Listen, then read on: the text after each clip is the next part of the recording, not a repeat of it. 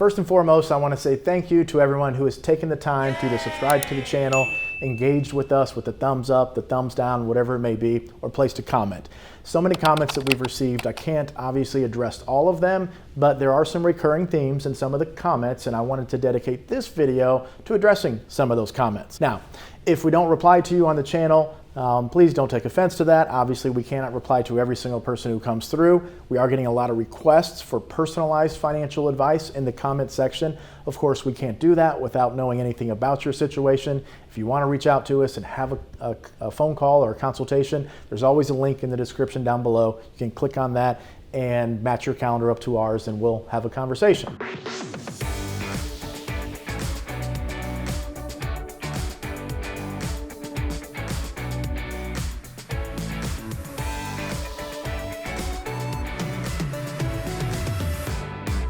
Hi, I'm Troy Sharpe, CEO of Oak Harvest Financial Group, certified financial planner professional, host of the Retirement Income Show, and certified tax specialist. The first comment that I want to address is questions about longevity and life expectancy and inflation. All of these things impact the longevity of our portfolio, or how long our dollars will last. When we look at longevity, first and foremost, as a retirement planner, it is our job, number one, to protect your money. And that doesn't just mean today, it means over time.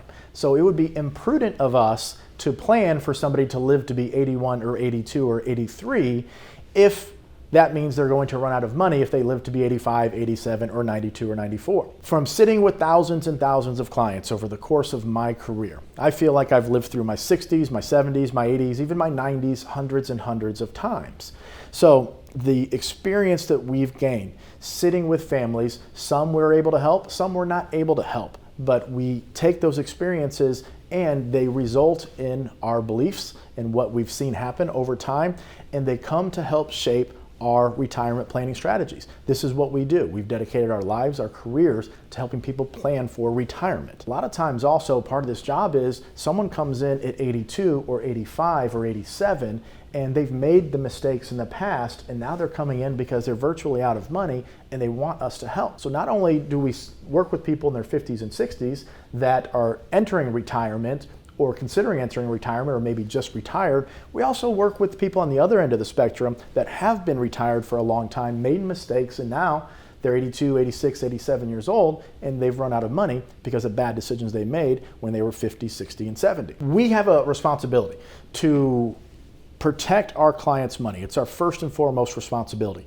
But it doesn't just mean for today and against market losses. It means protecting the money over time to make sure that if it's healthcare or inflation or increased taxes, whatever those threats are to your nest egg, which can deteriorate either its value or the purchasing power of your nest egg over time, it's our job to protect, to mitigate the risks that are out there so you can maintain your standard of living over time.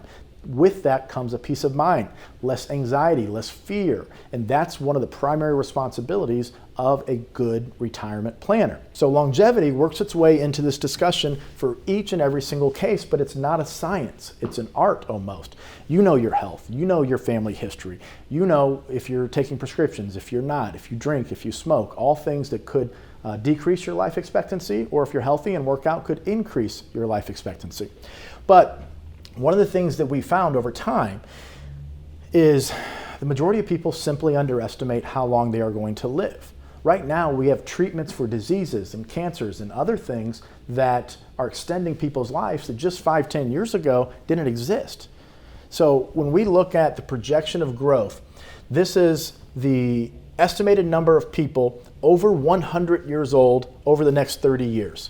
In 1990, there were 95,000 people over age 100. In 2015, 451,000. By 2050, this is a Pew Research study, by the way, 3.6 million people estimated to be over the age of 100. This is advances in science and technology and medicine and treatment to help people overcome various diseases that they may find themselves with in retirement. So underestimating life expectancy is a big mistake for a retirement planner, because if we plan for 95 or 90 and you don't make it that far, well, you have that money, you're secure. But if we plan to 82 and you make it to 90, well, guess what? That's a big problem. The next one I want to address that we received a whole lot of comments on is healthcare. So a lot of comments, what's going on with the United States healthcare system? Why does health insurance prior to Medicare cost so much? And these honestly are all valid questions. One thing I want to point out, when we do these videos, I have $1 million, can I retire? I have 1.4 and I'm 58. Whatever this is, if you retire before Medicare age, health insurance in this country can run you anywhere from $700 to $1,000 per person. So it's very, very critical to plan ahead. Now, one of the ways that you can do this is by making sure all of your money is not inside an IRA or 401k. By having money outside of that retirement account, if you retire before Medicare age, you can pull from that non-IRA, and what this does is it keeps what's called your modified adjusted gross income beneath a certain threshold, which will allow you to qualify for a subsidy through the Obamacare program. If you have all your money inside that retirement account, that 401k, and you retire early and you pull it out, it's all taxable income. It goes under your tax return on your 1040, and if you need $50,000, $60,000, $70,000, well, now you're putting yourself into a position where you have to pay full load for your health insurance premiums. By having prepared in advance and having money outside of that 401k, what a retirement plan can do, an income plan and a tax plan and a healthcare plan, we can help to determine how much do we need to pull from the IRA to spend that down, but then how much do we need to pull from the non-IRA assets to make sure we qualify for that subsidy, so your health insurance premiums go from $1,000 a month maybe to $100 a month or $50 a month or $200 a month. Whatever that number is, everyone's situation is a bit different depending on your spending levels and your other income sources, etc. So that's a big thing about healthcare I wanted to address. If we're retiring before 65, understand how much health insurance can cost, and also one of the ways to plan for it is to have money outside of your retirement account, and you can pull income from there, because that income comes from money that you've already paid taxes on and you don't have to report it on your 1040. It's a much more involved process than that. This is definitely something you want to work with a CPA or a good CFP, a good financial advisor, to help figure this all out for you. But that's very important. Now, the next thing about healthcare is there are two components to healthcare costs. There are what is defined as healthcare. This is your health insurance premiums, your out-of-pocket costs, prescriptions, copays, deductibles, etc. But then there's also long-term care. So according to a recent study by Fidelity, the healthcare costs for the average 65-year-old couple in this country are over $300,000 over the course of their retirement. Now, if you do a search for various studies, you'll find anywhere from $250,000 to about $450,000 in average expected healthcare costs out of pocket. Counterintuitively, maybe, I've seen some comments like this: if you're healthy and you take care of yourself and eat well and eat clean, that you'll spend less in healthcare. Well, that's actually untrue, because typically the healthier you are, the longer you'll live, therefore the more you will spend on healthcare. So that's a big chunk of your retirement savings that on average is going to go towards healthcare throughout your retirement. The other component of that is long-term care. So we can all do Google searches, we can look for the average cost of long-term care in our state, but personally, having taken 3 years after college to take care of my grandfather who had 2 aortic aneurysms, was in a nursing home, we did home health care. This was 15 plus years ago. I understand that long-term care costs can vary widely, but I also understand that many of what I see as far as the averages, they a lot of times aren't indicative of what I actually see in the real world with clients. Long-term care costs can easily get to be $10,000, $15,000, $20,000 a month. Now, if you go to a nursing home, it may be a flat fee of $5,000 a month or $8,000 a month.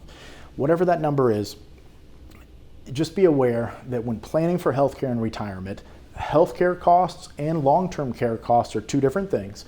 And depending on the quality of long-term care that you may receive, you could spend $6,000, $7,000, $8,000 a month, or it could be $25,000, $30,000, $40,000 a month. It just depends on when you need care, how long you need care, the quality of care that you receive, and of course, the inflation component, because that part of the healthcare industry is exploding in inflation. The next comment that we've received a lot about is on the videos it says, I have $1 million, can I retire? I'm 58 or I'm 62 or 65.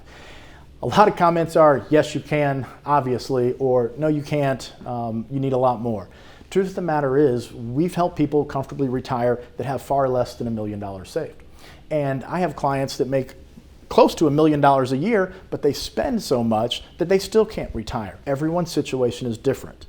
And please do not read retirement blogs and various information online to help you decide if you can retire with a certain amount of money. Truth of the matter is, it's not about can you retire, it's about can you stay retired. Are you making good decisions? The key to retirement planning is to compound decision after decision after decision positively so that the end result optimizes your entire savings. We've helped people retire with $500,000 saved. Or if you have $1 million, $2 million, $3 million, you may not have enough. It's all about how much money you spend. So one thing to keep in mind is when we look at inflation in retirement, this is a chart of estimated spending over time. So this is a couple that wants to spend $60,000 after taxes and healthcare costs on top of that.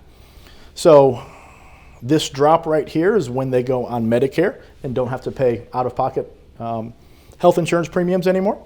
But long story short, over the next 30, 35 years, we see it goes from 2026, $78,000 a year, up to about $200,000 a year. This $200,000 is the same as $78,000. It will purchase the same amount of goods and services in the future as $78,000 will today. If we look halfway through retirement, because of inflation, now we're at $124,275.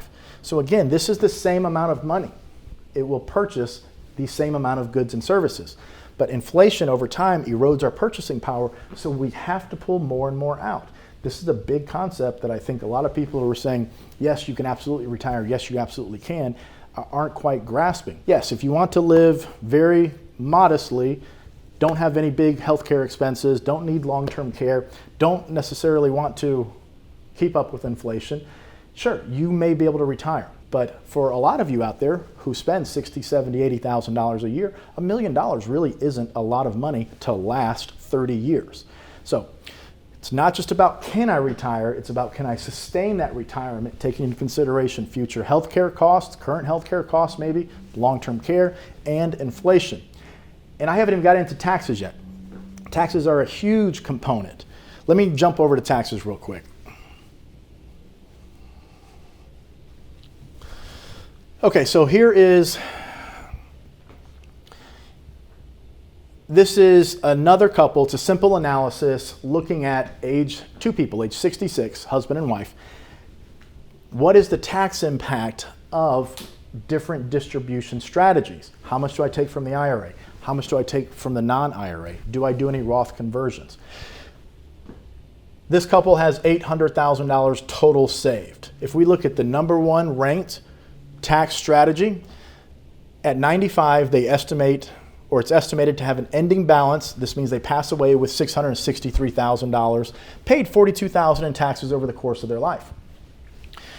This software ranks the top 100 or so strategies. If we look at the very bottom one, so rank number 101, ending balance of 170, let's call it $500,000 less, and cumulative taxes paid over retirement of $156,000. So over $110,000, $115,000 in additional taxes paid by simply not having a tax plan or a distribution strategy in retirement. Those two go hand in hand. So we've run these analyses before for many people, and we'll see the tax savings, $500,000, $1 million, $800,000. We're talking massive amounts of potential savings with tax planning. And we're about to undergo a complete upheaval of the tax system in this country. Now, here we are, beginning of June. I don't know what exactly is going to be passed, if there will be bipartisan support, if the Democrats will run a tax bill through Congress using the filibuster. I don't know any of these things. But I do know taxes will change many times over the next 20 to 30 years. A plan needs to be able to pivot, and you need to stay connected to your money so you're making good tax decisions over time, and this is going to help optimize. It's going to help maximize the overall dollars that you've worked your entire life for. Okay, so we covered a lot of different comments that we've received in the videos that we've been putting out. I want to encourage you to continue to make comments. Of course, we can't address every single one, but today we were able to address some questions and comments that we had relating to healthcare, costs, longevity, even healthcare planning, inflation, taxes, income distribution sequencing, and how all of these various decisions that you have to make, how they are all interrelated in retirement. So hopefully this video was able to shed a little bit more light and help you become a more educated investor or retirement planner, and just understand some of the decisions that lie ahead of you if you're about to retire or if you've recently retired. Please continue to comment, hit that subscribe button if you have not already, and hit that thumbs up if you liked the video and thumbs down if you did not. And please share this video with a friend or family member if you think they'll benefit from it.